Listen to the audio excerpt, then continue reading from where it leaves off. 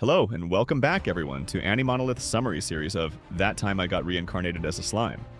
Picking up from where we left off, after Guy and Velzard shared some vital intelligence, they finally took their leave. Rimuru, ready to gather his subordinates for a strategy meeting, was interrupted by Miles, who came rushing in with an urgent message. Big Sis is here! In this case, Big Sis was a codename known only between Rimuru and Miles, used to discreetly refer to Elmesia el Rusarian, the Empress of the Sorcerer's Dynasty Sarian. Every time she visited Tempest, Elmesia stayed at the same high-class inn, so Rimuru quickly made his way there.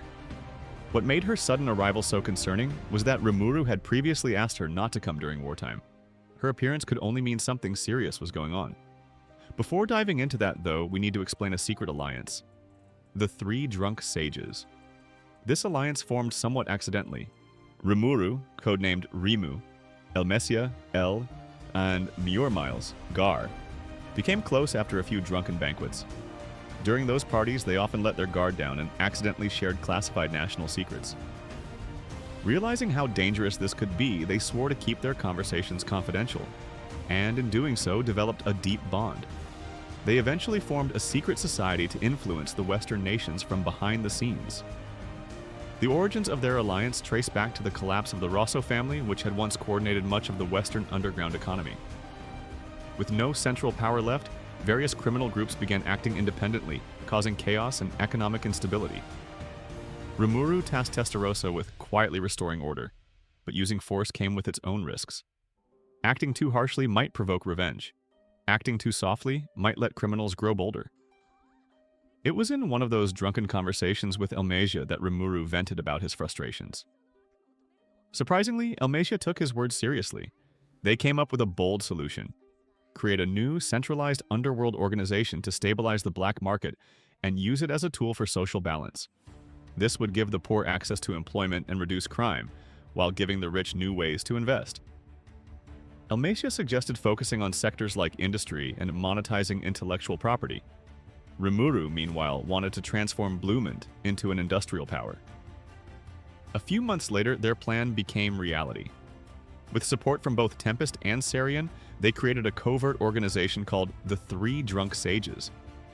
It recruited people from across the West, particularly the poor and marginalized, and tested their skills. Promising individuals were invited to Tempest for training. This effort was led by Glenda Atlee, a former Three Martial Sages who now worked under Sue. She was supported by Gerard, the leader of the mercenary group Apostles of Verte, and his subordinate Ayan. Together, they became the public face of Three Drunk Sages, even though the name really referred to Rimuru, Elmesia, and Miles in their drunk alter egos. But Rimuru didn't stop there. To avoid corruption from a monopoly, he helped launch two rival organizations to balance each other out. The first was the Four Nations Trade Federation, led by Miles and composed of Tempest, Bloomond, Farmanas, and Dwargon. The second was the Western General Trading Company, led by Prince Figaro Ross Dolan, heir of the Rosso clan. Backed by Elmesia and King Dolan, this organization attracted those hostile to Tempest and acted as a foil to the Federation. Though competitors on the surface, both organizations were carefully orchestrated by Rimuru and Elmesia to keep the Western economy stable. Thanks to this setup, the economy began to flourish, even during wartime. Underground and legal markets both thrived under supervision, and Rimuru profited from both ends. What began as a few drunken rants had snowballed into an elaborate, multi-layered system of economic and political influence. Now, with Elmesia arriving unannounced, Rimuru suspects something has gone wrong. Most likely, Prince Figaro has betrayed their pact. Fortunately, contingency plans are already in place. But one thing's clear, Elmesia wouldn't have shown up in person if things weren't about to get serious. Returning to the story, just as Rimuru rushed to the inn, he was greeted by Elmesia, and she didn't look happy at all. Her first words cut straight to the point. "You've evolved several of your subordinates, haven't you, Rimuchi?" Caught off guard, Rimuru flinched like a kid caught doing something naughty. In disbelief, he asked how she even knew. It turned out that after the evolution ceremonies, all things had reported to Gazelle, who then passed it on to Elmesia. Trying to calm the storm, Rimuru explained his reasoning. He needed to power up his forces to deal with the threat from the Empire. Elmesia, however, wasn't satisfied. She brought up the primordials, questioning if Rimuru intended to destroy the world. She wasn't being dramatic. If word got out that Demon Lord Rimuru had recruited 4 of the primordials, the world would panic, convinced he was planning mass destruction. Understandably rattled by the accusation, Rimuru laid everything out. It all started with the absurd game between Guy and Rudra. Then Guy had come to Tempest asking for Rimuru's help to eliminate the Empire. While Rimuru preferred peace and a carefree life, he couldn't ignore the looming danger. To protect Tempest and himself, the Empire had to be dealt with, cleanly and quickly. Elmesia took in his words and gradually relaxed. She understood Rimuru's motives and knew he wasn't acting out of malice. Still, launching a direct operation into the Empire was extremely dangerous. Deep down, she was afraid, not just for Rimuru, but for the world. If Rimuru fell, no one could control the primordials. If they went rogue, the world could be lost. The burden of global stability was resting squarely on Rimuru's shoulders. And so the next morning, Rimuru set off with his elite forces, heading straight into the Empire. This would be the decisive moment, the operation that could end the war. Meanwhile, the Empire remained blissfully unaware. The news that the Armored Corps had been completely wiped out had yet to reach the capital. The people still clung to hope, believing their brothers, fathers, and children would return victorious. Decades of military supremacy had built up their faith in the Empire's strength. They were sure that their emperor's dream of unification would soon become a reality. But what they didn't know was that in just a few days, in the very heart of the Empire, the capital, Nazca, a coup was about to begin. At the headquarters of the Mixed Corps in the Empire, Yuki sat in a private chamber alongside Misha, Kigali, and the rest of the moderate clown troupe. They were debriefing after recent events, reviewing what had just happened on the battlefield. After hearing reports from Laplace and Misha, Yuki was stunned. He had always expected the war to drag on. His goal was to see both Tempest and the Empire wear each other down while he profited from the chaos. But that plan had collapsed. Rimuru hadn't even joined the battlefield yet, and Tempest's forces were already steamrolling the Empire's elite without a single casualty. Yuki now had to accept a bitter truth. Compared to the former 10 great demon lords, the current octogram was on another level entirely.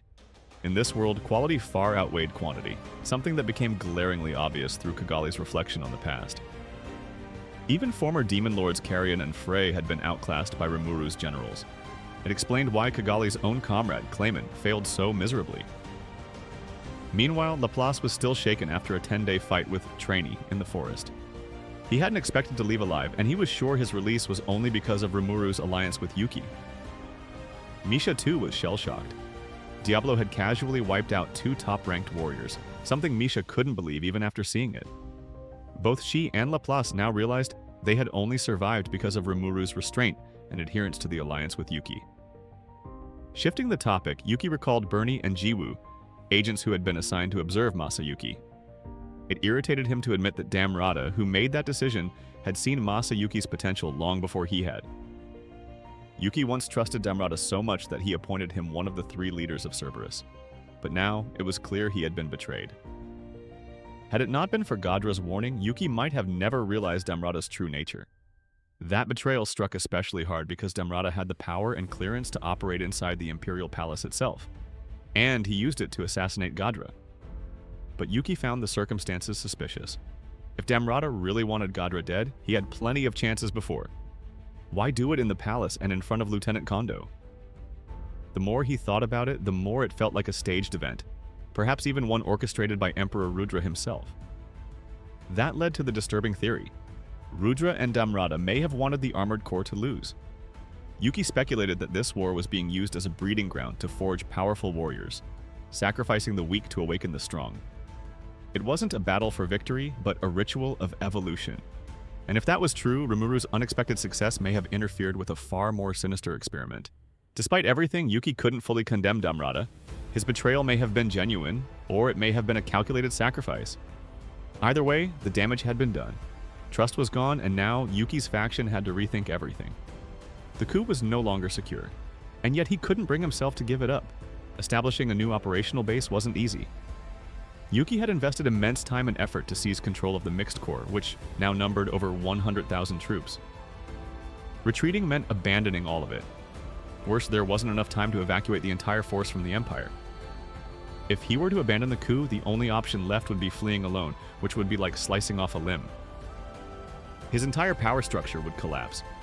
But Yuki clung to one critical point. Damrada hadn't exposed the coup. If he truly intended to betray Yuki, he could have already destroyed everything. That meant, at least for now, Damrada might still be on his side. The assassination of Gadra had occurred in the presence of Lieutenant Kondo, and yet Kondo hadn't acted against them. That could mean the coup had not yet been discovered.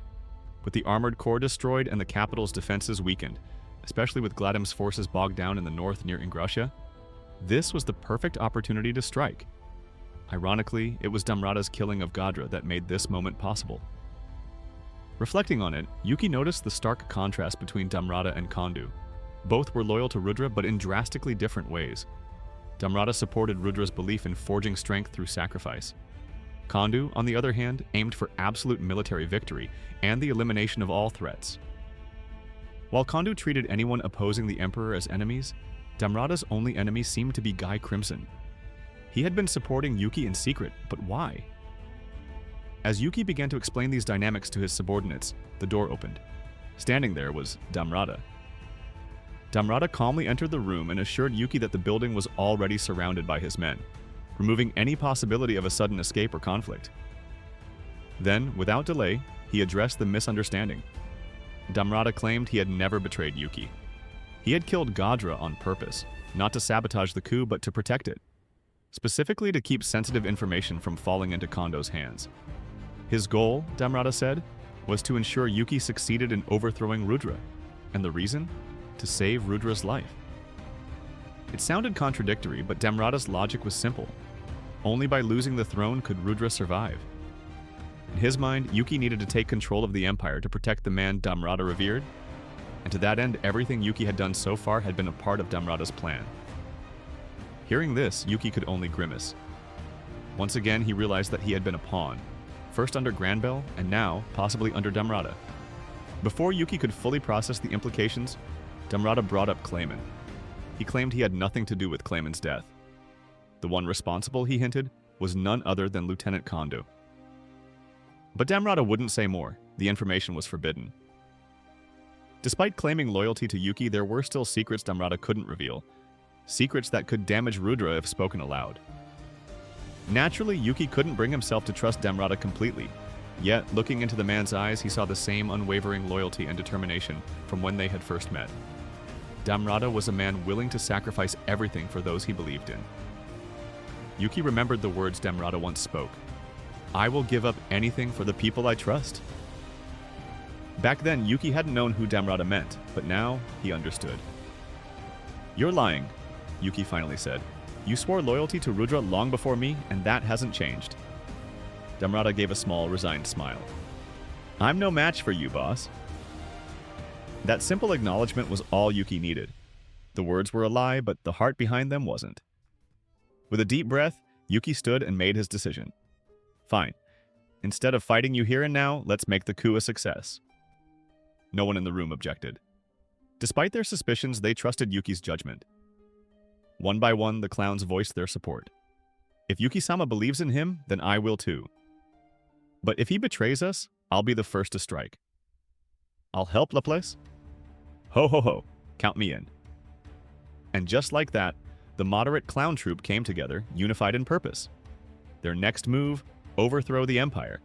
And with Damrada at their side, the real game was about to begin. Thanks for tuning in, and see you in the next video from AniMonolith.